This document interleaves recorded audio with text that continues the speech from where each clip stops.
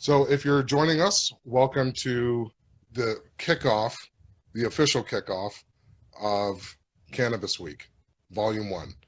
My name is Barrington Miller. I'm with the Canadian Securities Exchange, and today I'm here with Charlie Bachtell, the bearded one, the man, the mystery, the legend from Cresco Labs. If you have questions, there's a comment or question box. Please feel free to write in. Uh, when we do these things, sometimes we just get sometimes we just get a lot of questions. So I want to make sure that we address it all.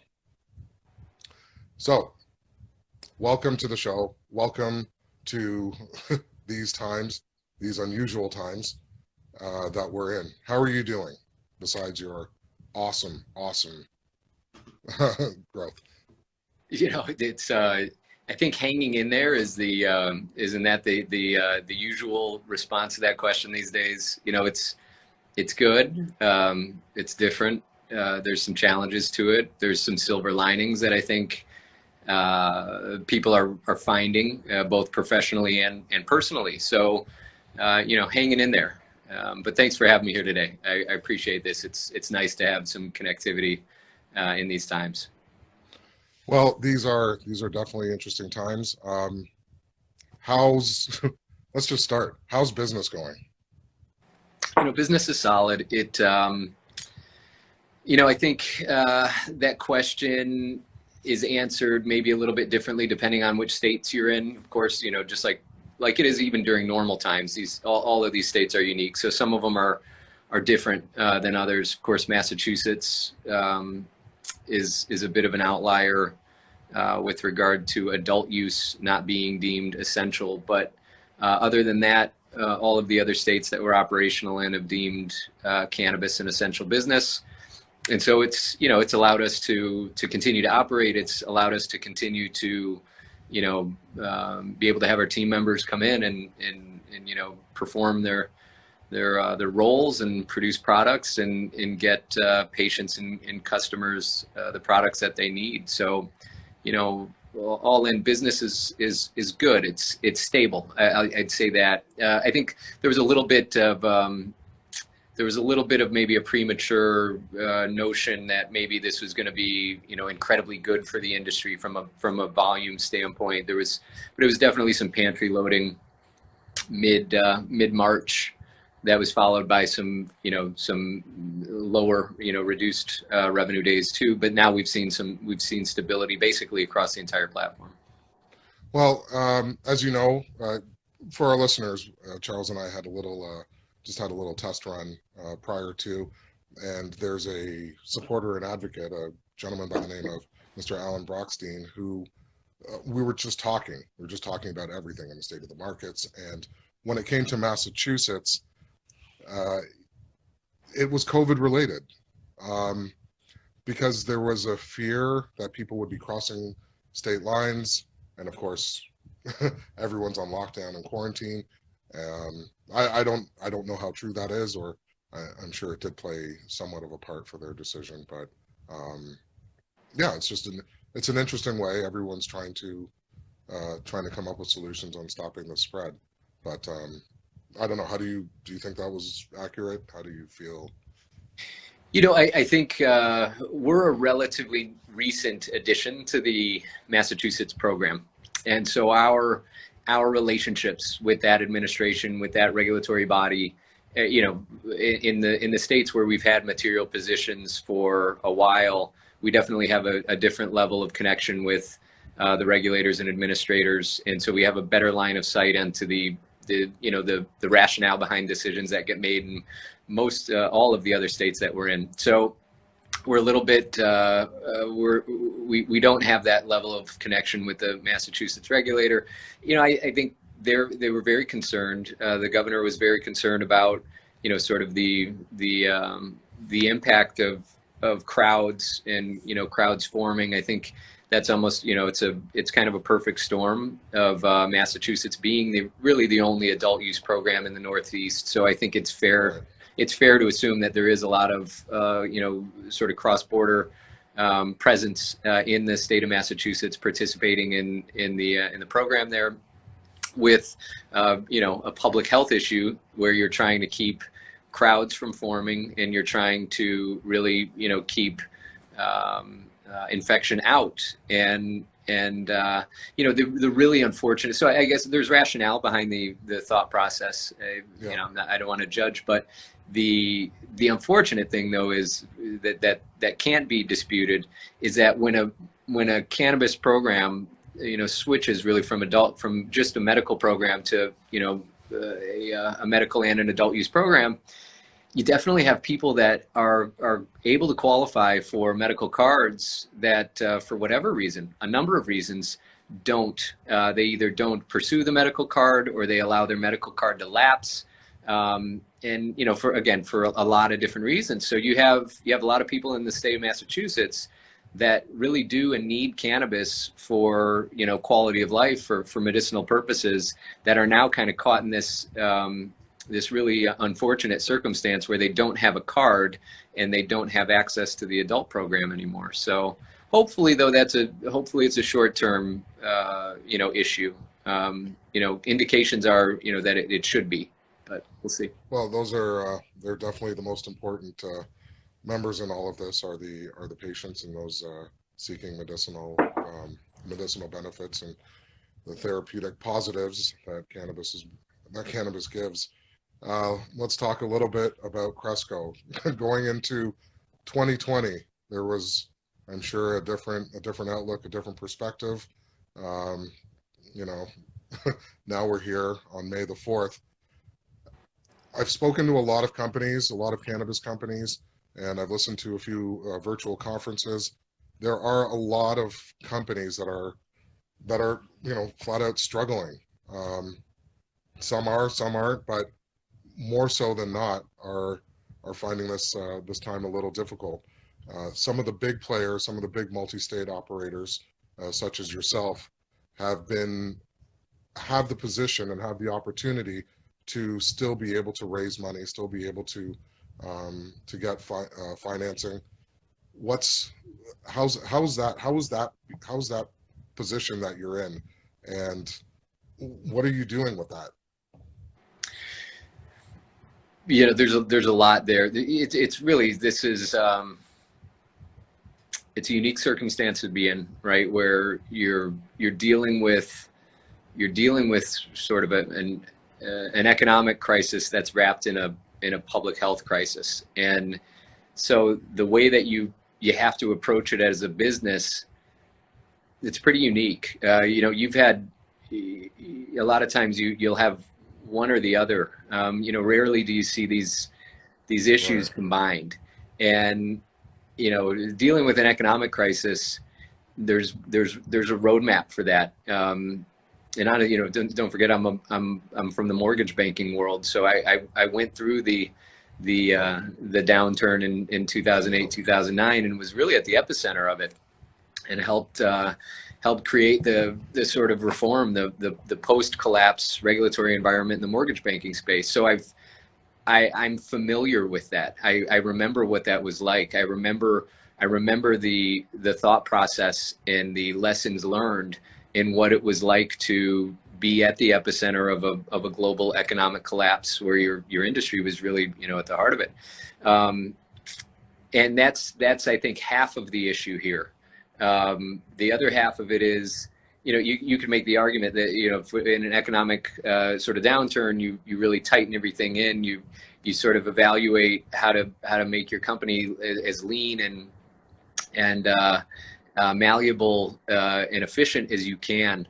And there's some relatively easy, I don't want to oversimplify it, but there's some traditional things that you could do, right? You could look at staff. You could say, okay, let's take a look at maybe underperformers, and that's how we could lean out some of the headroom here. The issue that you have with a matter like COVID, though, is if you're sort of identifying A's and B's and C's from a headcount perspective, there's nothing that guarantees your A's won't get sick.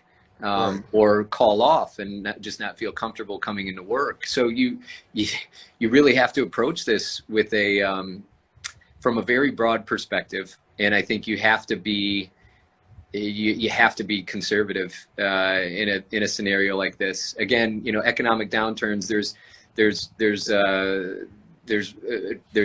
history, there's precedent in saying, hey, that's when you put your foot on the gas, and if you can really take advantage of those opportunities that present themselves, you can really you can make some leaps and bounds and make some strides. I think the same could potentially be true here as well. But you've got to factor in that additional element of the health crisis component of it, where you could have, you know, your facilities, you have exposure, you could lose a department, you know, with quarantine. So again, unique in the sense that you've got to think about all these things together, and that's, you know, bringing it back to the question of what we're doing. You know, being in the position of being a larger operator in the space, and you know, maybe having access to more opportunities than others.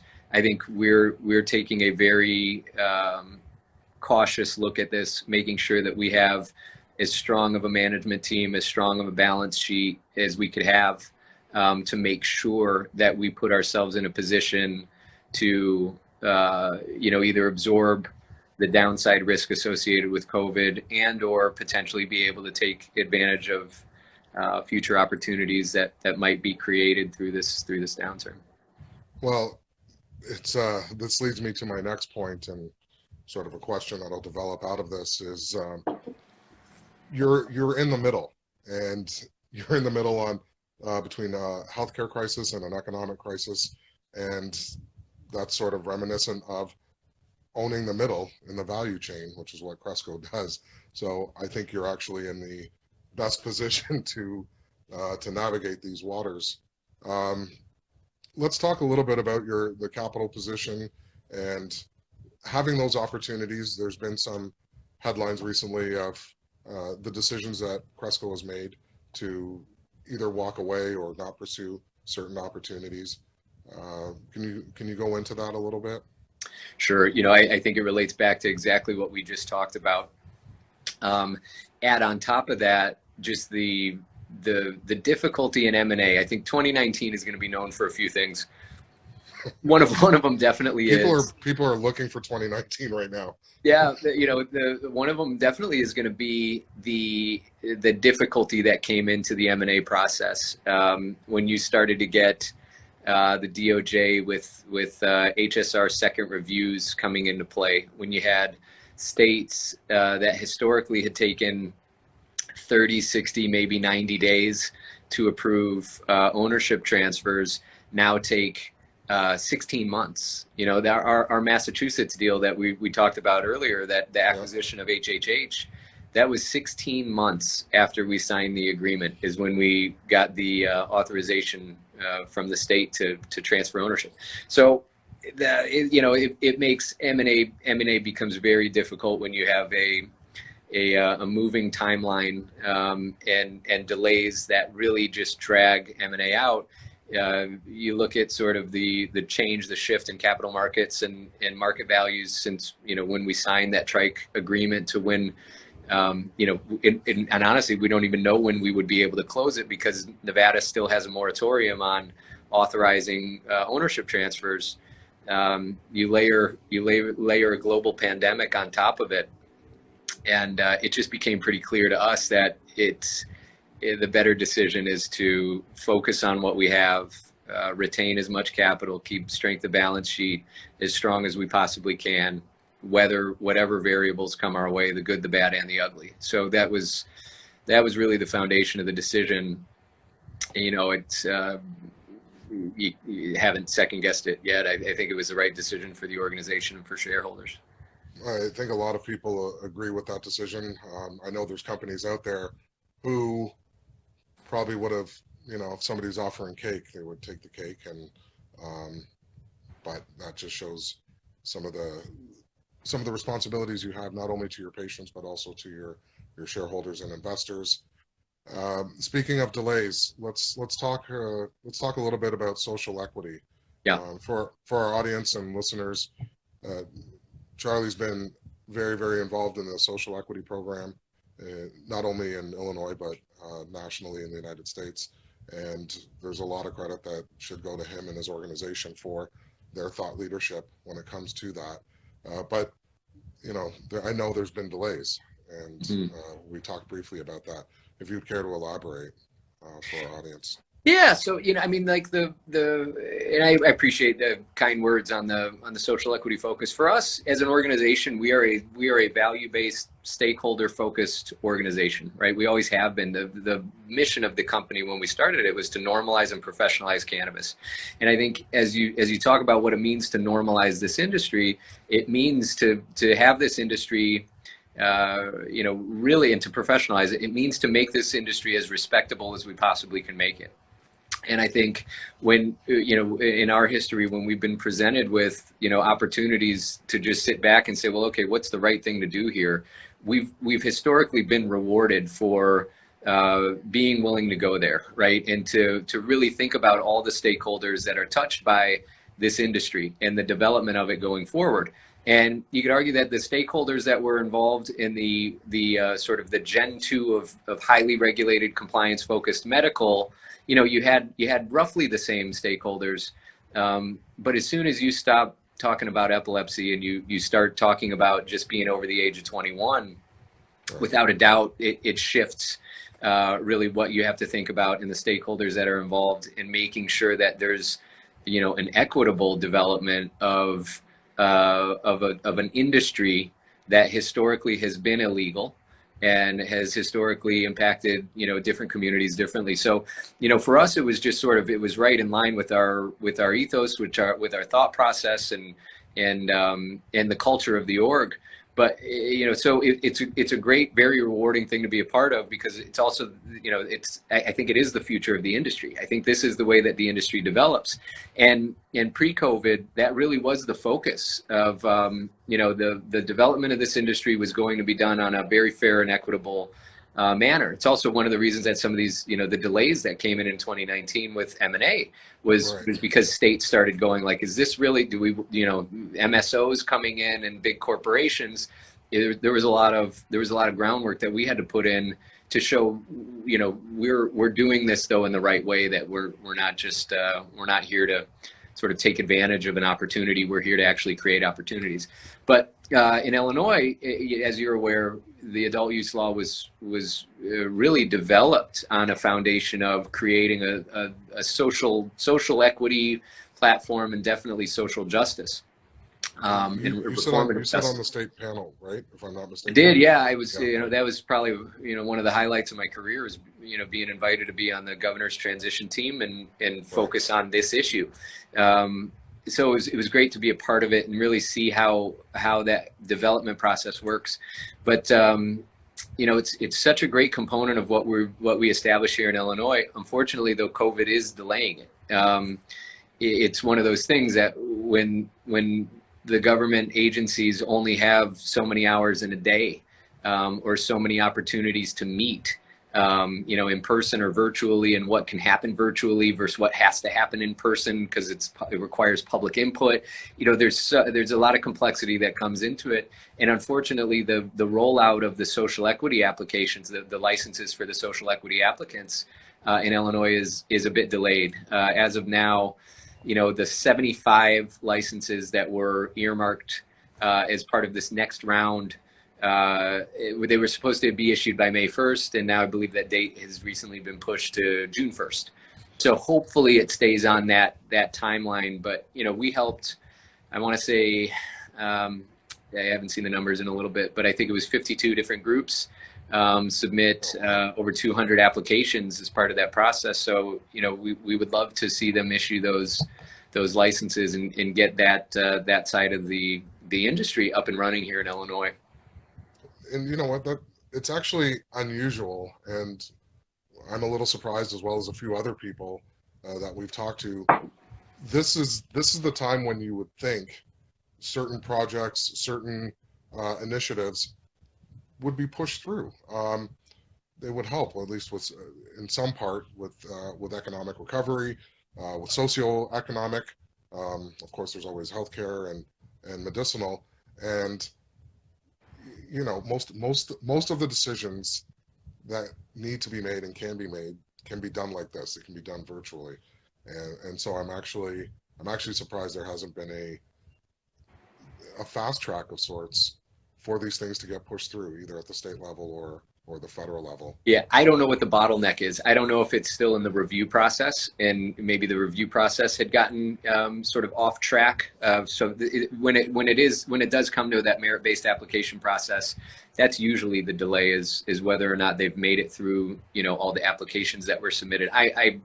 That's speculating.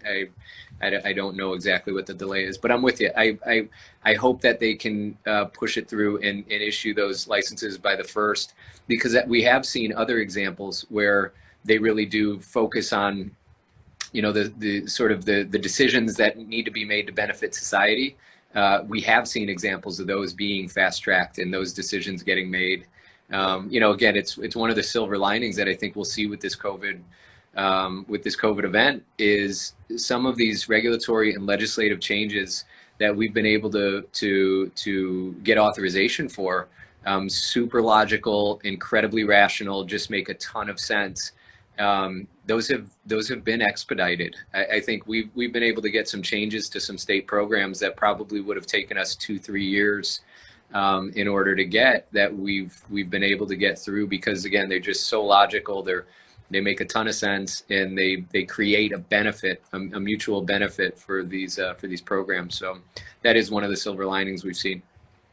Now, because even though the social equity program is delayed, that's not stopping or delaying Cresco, because I know that you're involved with college curriculums and the development of some of that. Could you speak a little bit about that? Yeah, so the SEED program, you know, there's a lot of facets to our SEED program, which is Social Equity Educational Development Program.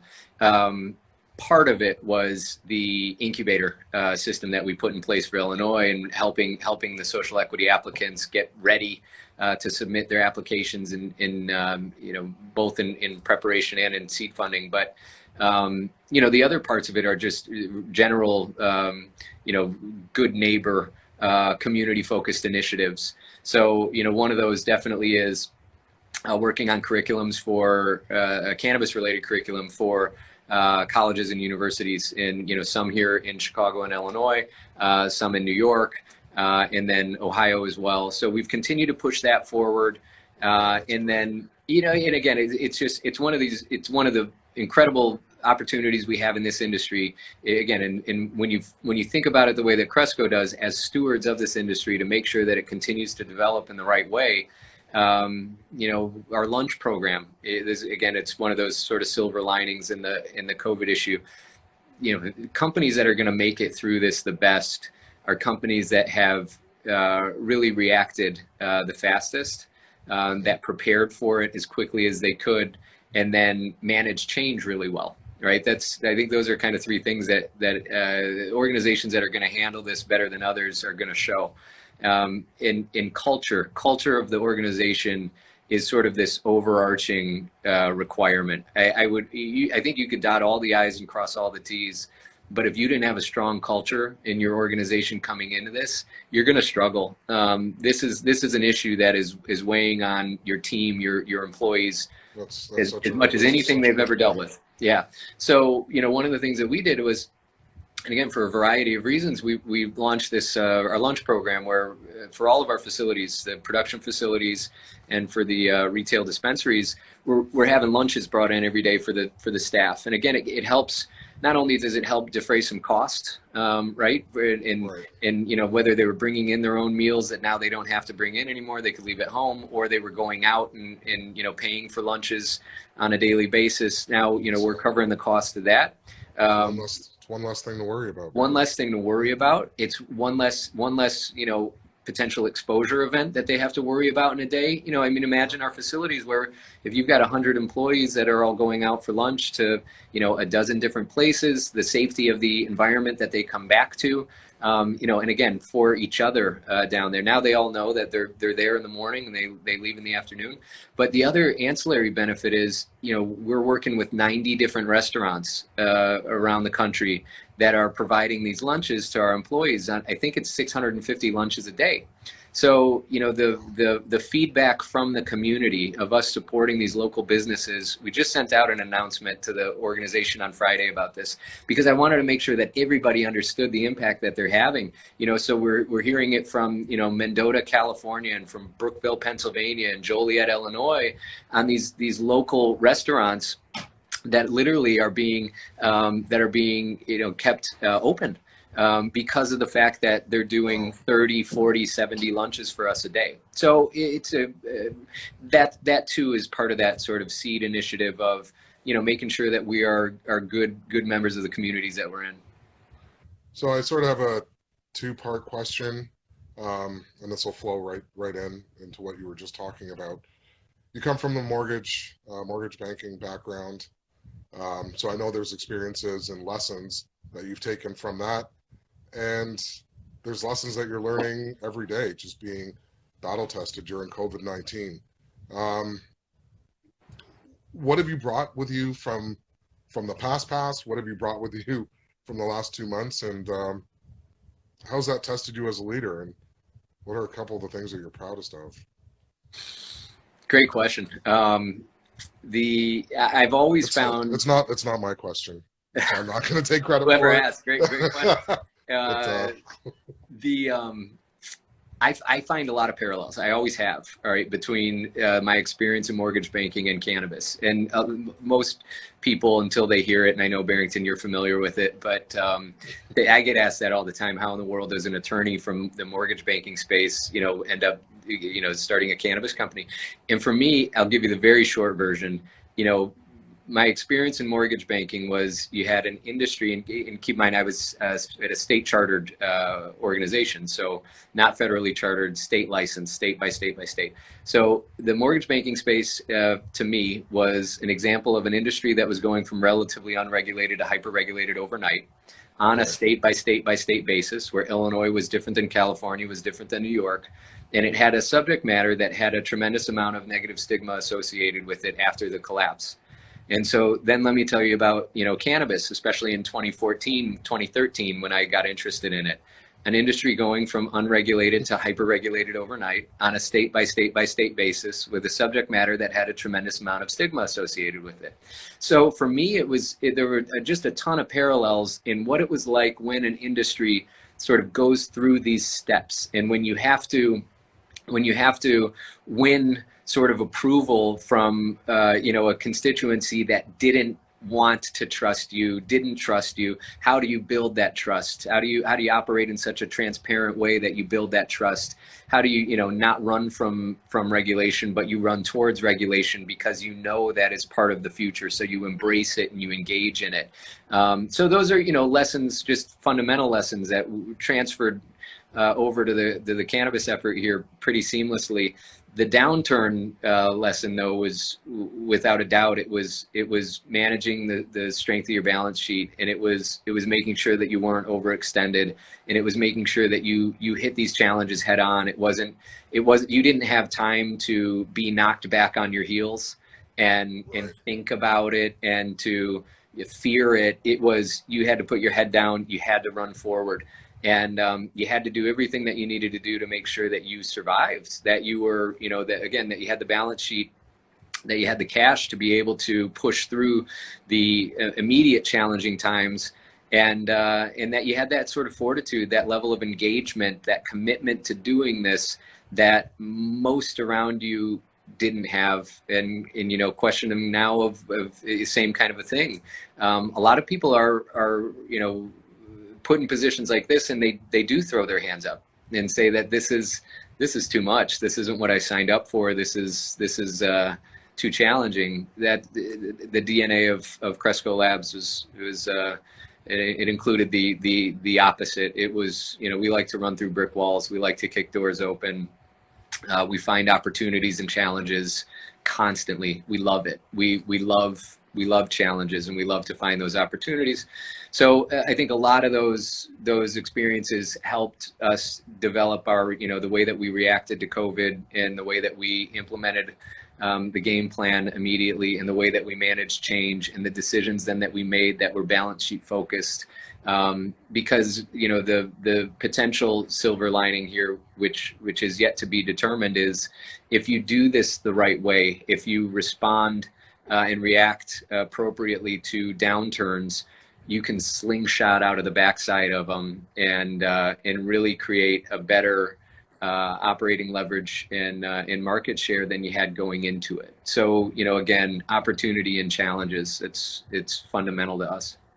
Well, you definitely laid a great foundation, not only for past successes and present successes, but also the future success of not only Cresco, but of the industry as a whole. And like you said, it's being a good steward, it's being a good neighbor and a good corporate citizen, and all of those things. I mean, it sounds like it should be obvious, but I agree. But we're all right if we need to provide that lift. And again, I think you're gonna see this payoff. There's not always an obvious ROI when it comes to stakeholder-focused leadership, right? And I've experienced that throughout Cresco's development. Early on when we were devoting a lot of resources to medical community education. And sort of this awareness and education focus as opposed to marketing and branding focus, you can't always create this very, nice, quick connection with ROI, but that it's the right thing to do, and that you're building this goodwill, and especially in a highly regulated emerging industry, I can't overstate how important that is. It's how you get an adult use law passed in Illinois, because you built up that trust, that relationship to be invited to get on the transition to, it all sort of plays itself forward that way, maybe a little longer period of time. But I honestly think that the industry is very near a pretty critical inflection point too, as it relates to the way that the federal government is thinking about the space. And again, if you can find the opportunities in challenges like COVID, I'm not sure of too many industries out there that currently employ 250,000 people across the country. Sorry, did you say 250,000? Yeah, there's 250,000 people that work in the cannabis space in the U.S. There's interesting stats. The state of Nevada. Yeah, the state of Nevada has more employees in the cannabis industry than it has bartenders. And you're talking about Las Vegas and Reno and the rest of the state. There are more people in the cannabis industry in the state of Nevada than bartenders. So you're starting to see this industry really develop, right? That's generating tens of billions of dollars. What is it? I think earmarking about $15 billion this year in legal cannabis sales in the U.S., state legal cannabis sales. We're doing this with both hands tied behind our back. And in my experience, in government affairs initiatives here and working with administrations and regulators in the cannabis space, and honestly, in doing so with administrations that were adversarial to the cannabis space, Governor Rauner in Illinois, before Pritzker, not a fan, right? But we still were able to get positive legislative change in 2 of his legislative sessions because we were able to put cannabis in a position to be an incredibly reasonable, rational, logical potential answer or partial answer to a big problem that he was having, whether it was opioid abuse or there was some other issues. I think cannabis is right there, and the economic concern that this country is going to have during COVID, post-COVID, whenever this ends. Yeah. Again, an industry that currently employs 250,000 people in this country with both hands tied behind our back. If you give us access to banking, if you give us access, right, to traditional, institutional investors, within 2 years, I think we're at 1 million employees, across the country. I think we're generating hundreds of billions of dollars in total economic impact and tens of billions of dollars in tax revenue. And again, you didn't have to legalize cannabis, and you didn't have to give us a dollar of economic stimulus or bailout. We all know we're not getting that. So, this is really an economic rocket ship that is waiting here. For them just to take the handcuffs off us and let us start to run. Well, when we did another interview a few weeks ago. Everything's a few weeks ago, and it was, do you want banking or do you want legalization? And it's, give me banking all day Thank, long. Absolutely. yeah, Well, Charlie, I can't thank you enough. I can't thank Cresco enough, and the people that you work with in your organization, just for being there, for being a beacon, for taking the time. Um, we appreciate that, and we want you to stay safe. Thank you for choosing the CSE, and thank you for being one of our shining stars and our examples of companies that we want all companies to be like. Um, yeah, I can't say enough. yeah. Thank For you. Thank those you very for much. those of you who are listening and watching, this will be available on YouTube on CSE_TV. You can also find it at www.thecse.com. We are on SoundCloud, Spotify, Buzzsprout, obviously Instagram, LinkedIn, all the social medias. But Charlie, if somebody wants to get a hold of you or get a hold of Cresco, um, just go to www.crescolabs.com. Yeah, contact info Awesome. is there. Oh, that's perfect. And let's see. I'm going to see if I can access any of these questions. Um,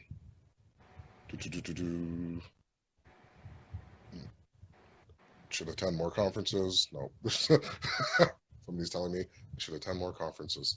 Well, And oh, what we did now? These chat virtual about that. conferences. Yeah, Yeah, we're not attending conferences. We'll do it yeah. virtually.